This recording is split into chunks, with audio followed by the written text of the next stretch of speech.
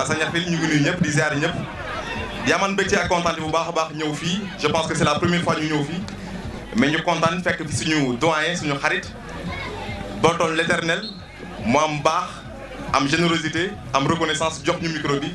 mais li ñuy def moo ñu ko dàkk fuuf téeméer junni yoon moo tax ngeen woo ko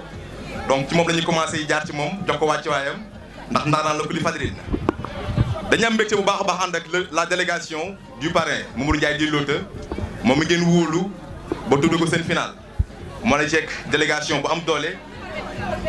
présentation dañ ci ñëw après moom Mamadou Ndiaye di Lota mais dañuy woo Gabriel Marie Bopp nga xam te ne moom moo nekk le représentant du maire nekk xaritam nekk collègue am nekk conseil municipal nekk chargé de mission au niveau de la présidence moom la Bolton doon wax léegi yu baaxam buñ ko doon lim duñ fi jógee moom ak le parrain kon yàllaa xam boole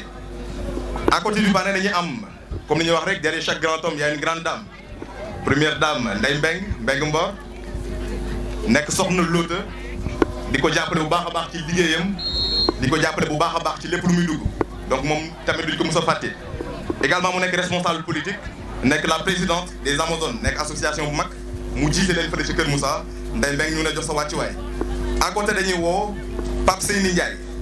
nekk responsable politique mais également nekk rakk ci Mamadou Ndiaye di Lota bëgg ko lool fu mu dem mu fekk ko fa muy campagne ak lu mu mënti doon donc Pape Seyni Ndiaye non respect Alassane Ndoye nekk responsable politique mais également nekk proche ci Mamadou Ndiaye di Lota mu ngi ci délégation bi Dawur Gueye wala boog Ndagu Signor moom itam nekk proche ci le parrain Mamadou Ndiaye di Lota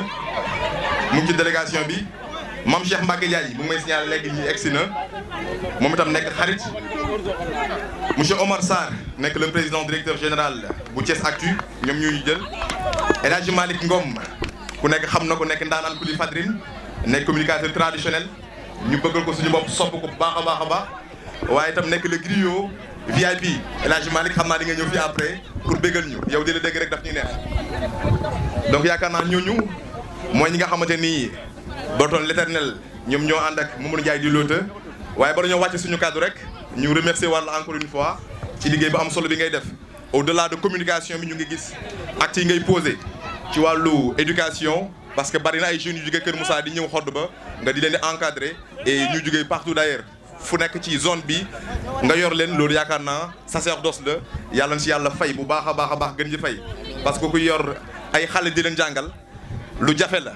nga engagé wu di ko def yàlla na yàlla fay. asalaamaaleykum waa Sagnafil yéen ñëpp ñoo ngi leen di nuyu ci seen tur ak seen sant di wax ci turu monsieur le maire El Hadj Momar Ciss di en même temps au conseil des collectivités territoriales nee na nag balaa may tàmbali discours bi moo ngi nuyu borom dëkk bi muy chef de village bi ginnaaw chef de village bi tamit moo ngi nuyu imam yi ginnaaw imam yi moo ngi nuyu képp koo xamante ne notable la fii nii ci Sagnafil ginnaaw ñooñu tamit moo ngi nuyu ASC bi di nuyu les responsables de l'ASC di nuyu toute la jeunesse de Sagnafil monsieur le maire Momar Ciss def maa ne Sagnafil sama dëkk la Lota Ndiaye mii nga xam ne moom lañ parrainé yëf yi sama ndaw la te liggéey bu rafet la nekkee ci mairie bi kon baax na waa Sagnafil ngeen xam lool ci turu monsieur le maire ci biir manifestation bi yàlla def mu am koo xamante ne ci mairie bi la nekkoon muy El Hadj Bougouma Thiombane yàlla def mu wàññeeku mais liggéey bu rafet la nekkee woon ci mairie bi monsieur le maire nee na El Hadj Thiombane moom mooy yoroon communication lépp loo xamante ne monsieur le maire moo ko doon wax muy ci commune bi muy au niveau national muy au niveau international El Hadj Thiombane moom moo ko doon wax te loolu honneur la ci waa Sagnafil monsieur le maire yóbbante ma nee na El Hadj Thiombane gis ngeen Fruita Italia bu nekk ci zone sud fële projet boobu Fandène la waroon nekk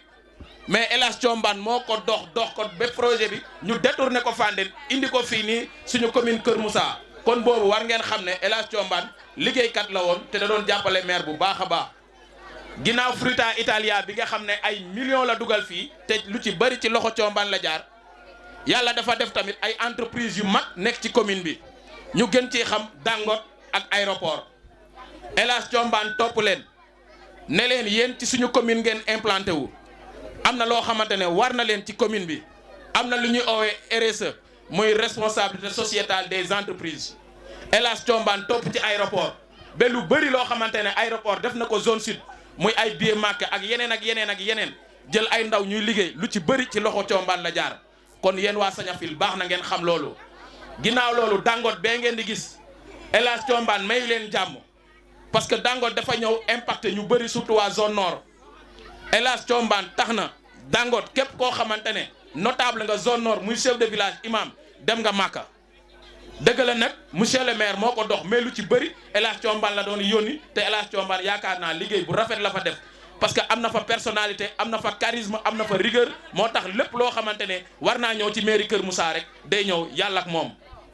ginnaaw loolu tamit CM bi nga xam ne moo nekk Ñaxit nga xam ne dépensé nañ ci plus de 60 millions mën nañ wax ne ci loxo El Hadj Thiombane la jaar. poste de santé bi nga xam ne moom la ñuy tabax fee Kër Moussa nekk sama koñ sama wetu kër mun nañ ne ci loxo El Hadj Thiombane la jaar ba tax na suñu dernier conseil bi école primaire bii nga xam ne moo nekk Sañafil conseil municipal bi yëpp ci kaw monsieur le maire à l'unanimité ñu ne El Hadj Bougouma Thiombane lañ koy tuddee yaakaar naa yëg ngeen ko te incha allah léegi ñu defar plaque yi loolu ci loxo Looto la nekk te xam naa bu jëlee kàddu gi ne lañ ci wax lu leer pour wax leen rek ne dimension wu El Hadj Bougouma Thiombane métti na torop nag parce que demam bi daf ñoo bett ñun ñëpp mais yaakaar naa liggéey bu rafet la nekkee woon foofu noonu te Ndeye Amy mii moo ngi ci mairie bi te Ndeye Amy buñ ko xoolee rek suñu xel yëpp day dem ci El Hadj Bougouma Thiombane mu nekk état civil nag état civil da di loo xamante ne lu doy waar la nit ku manduwul du fa nekk nit ku téyewul làmmiñam du fa nekk parce que état civil secret la maanaam filiation nit ki moo ngi foofu ba muy judd ba keroog muy dee kon boog nit ñu mandu ñoo fay nekk képp koo xamante ne yaa ngi liggéey ci état civil rek yaakaar naa nit ku mandu nga nit ku baax nga looloo tax tamit wax dëgg yàlla ba mu fa nekkee ba tey lu rafet la fa nekkee donc baax na ñu seede leen ko yéen waa Sañafil Ndeye Amy mii nga xam ne moom mooy liggéey ci mairie bi liggéey bu rafet la fa nekkee parce que chaque jour ñun ñoom ñoo koy nekk foofu te man mii di wax ak yéen mën naa leen koo seedeel parce que chaque jour ma tooñ ko ci laa ciy profité nag di ko baalu ah parce que yaakaar naa bokk naa ci ñi ko gën a sonal ci mairie bi te nit ku baax la tamit te liggéey bu rafet la fa nekkee mën naa ne daal ñëpp ñoo xamante ne waa Sañafil lañ jóge Sañafil di ñëw ci mairie bi wax dëgg yàlla liggéey bu rafet lañ fa nekkee ca bopp ba El Hadj Bougouma Thiombane kooku moom il sera immortel ci suñu commune bii ginnaaw loolu tamit monsieur le maire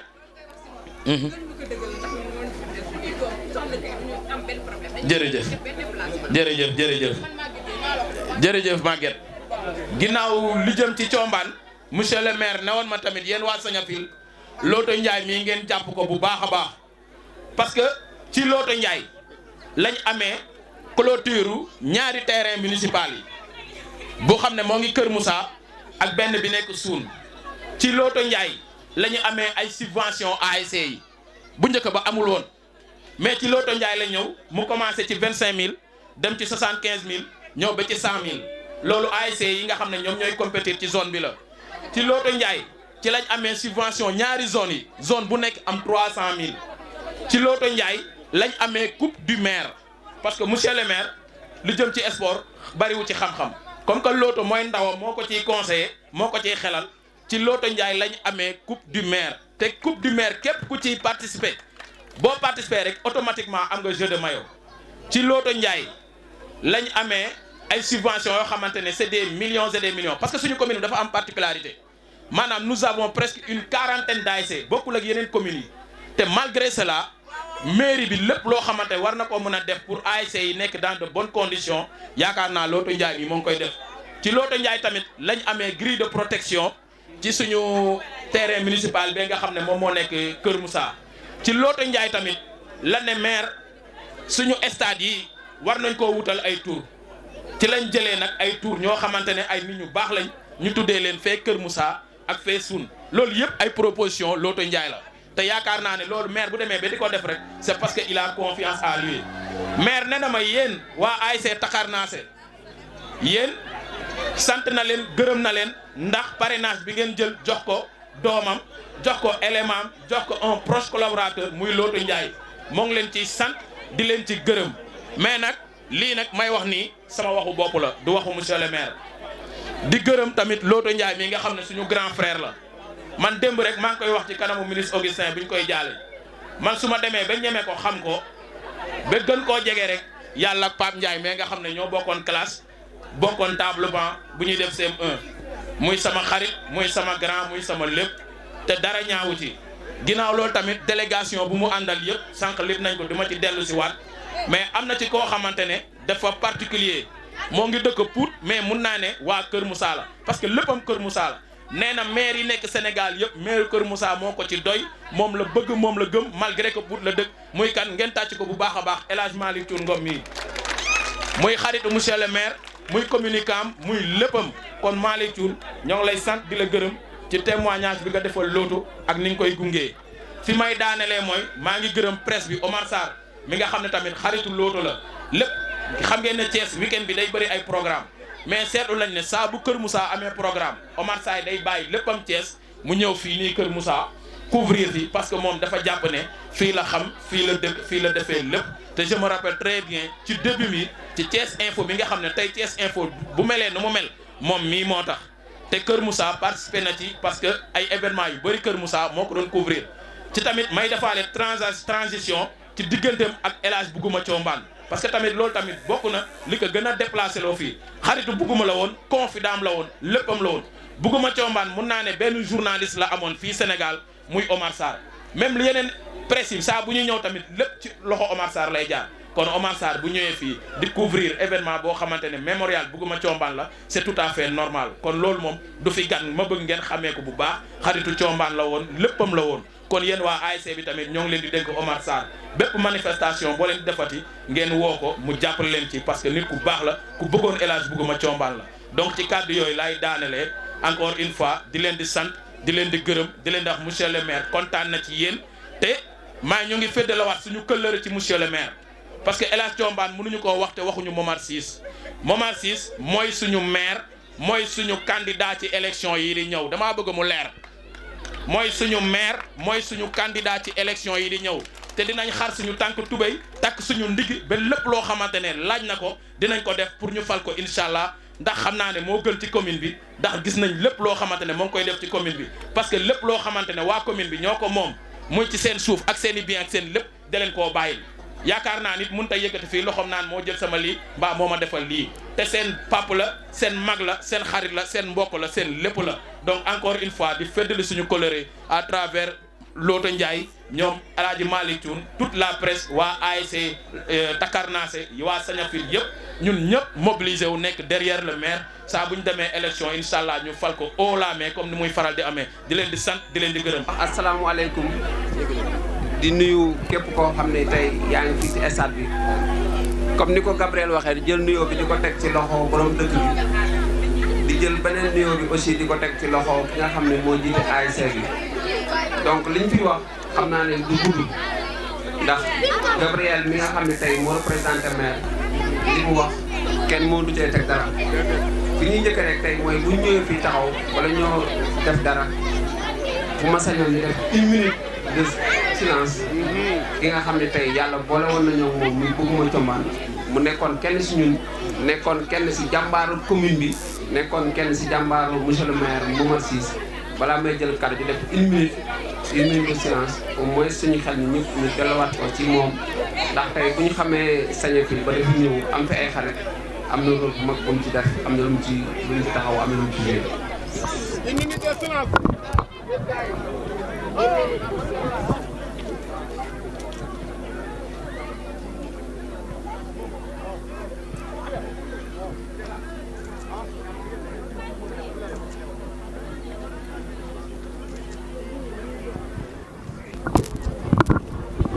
jërë ngeen jëf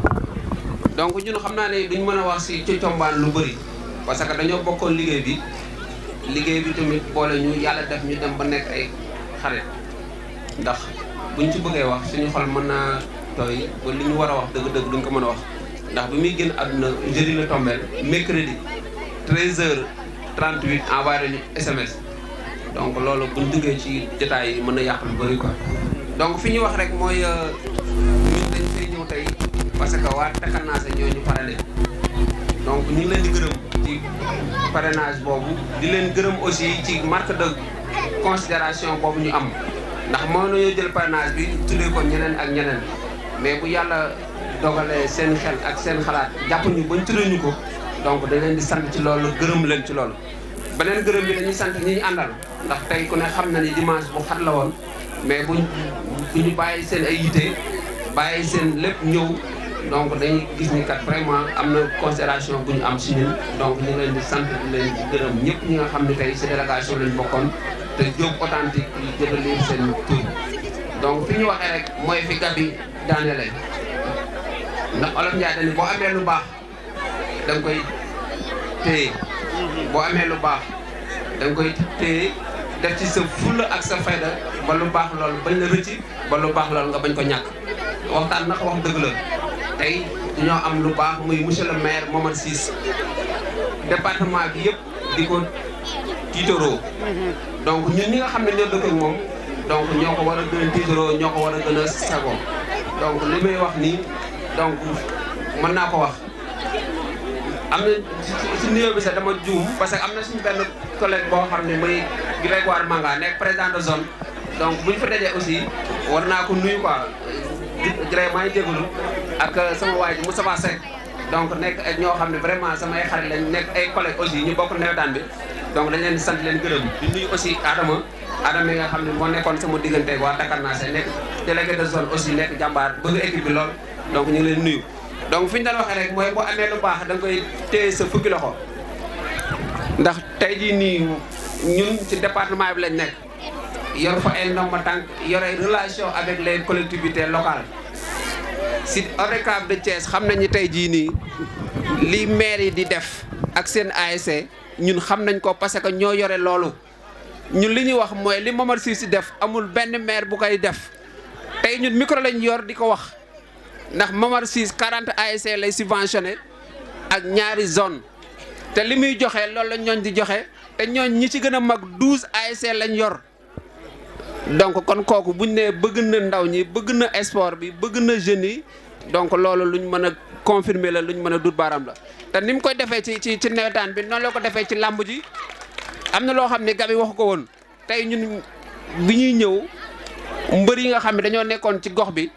bu ñu bëggee compétir dañuy dem si yeneen écurie yi pour mën a am ay licence pour mën a bëre mais bu ñu ñëwee lañ fa taxaw écurie mbër bu bëgg bëree dem ci écurie bi am licence bëre ba am na ay champion yoo xam ne mën nañ leen a lim ay Boy Balde ay Zarko ñoom ñëpp ci écurie bi Kër Moussa bi lañ nekk écurie boo xam ni lépp luñ ci def écurie bi taxaw Momar Ciss moo ko def kon nit ku mel noonu boo ko amee da nga koy téye sa fukki loxo. donc loolu la beneen bi mooy tey mën nañoo wax ci leneen ak leneen mais comme sport moo ñu fa dajale bëgg ñoo génn ci cadre boobu te li Gabi wax tamit ci yeneen réalisation yi moi je pense que ni leer na lu ñu mën a teg baaraam la lu kenn mën a dindi donc li ñuy wax daal mooy Gabi wax na ko ñun suñu engagement bopp la ñun suñu waxu bopp la mooy Momar Ciss mi ñu am mu nekk suñu maire c'est le meilleur candidat moo tax ñun lu mu jaral. dinañu ko jaral ba ñu tegaat ko fi ndax xam nañ ni mooy njariñu askan bi xam nañ ni mooy njariñu jeunes yi xam nañ ni mooy njariñu ñun ñi nga xam ne mooy sportif yi donc loolu lañ ne woon nañ ko wax beneen bi ñu ngi gërëm waa Dakar Nassé di leen sant di leen ñaanal compétition yi nga xam ne moom lañ jëm yàlla may leen ci ndam lu seen objectif biñ ci am yàlla def ñu atteindre ko donc loolu lañ leen di woo yeneen morom naataango ASC yëpp ñu xam ni kat nawetaan fola ak ree du xiiroo du ŋaayoo folo agré sportivité sportif dëgg mooy ki nga xam ne day ñàkk nangu ni ñàkk na dem defaru jiwaat donc ñu ngi leen di woo ci loolu di wax nag Dakar Nassé teraanga moo koy fay premier match yi nga xam ne mooy match de poule yi lépp loo xam ne mooy regroupement ñun ñoo ko jël en charge dos nga woo ma envoyé message jour tel ngeen football regroupement bi lépp lu ci war 3 premiers matchs yi ñoo koy jël en charge ci kattanu yàlla ñu ngi ñaan yàlla yéene boobu ñu am yàlla mottali ko ñu ngi leen di sant di leen gërëm wasalaam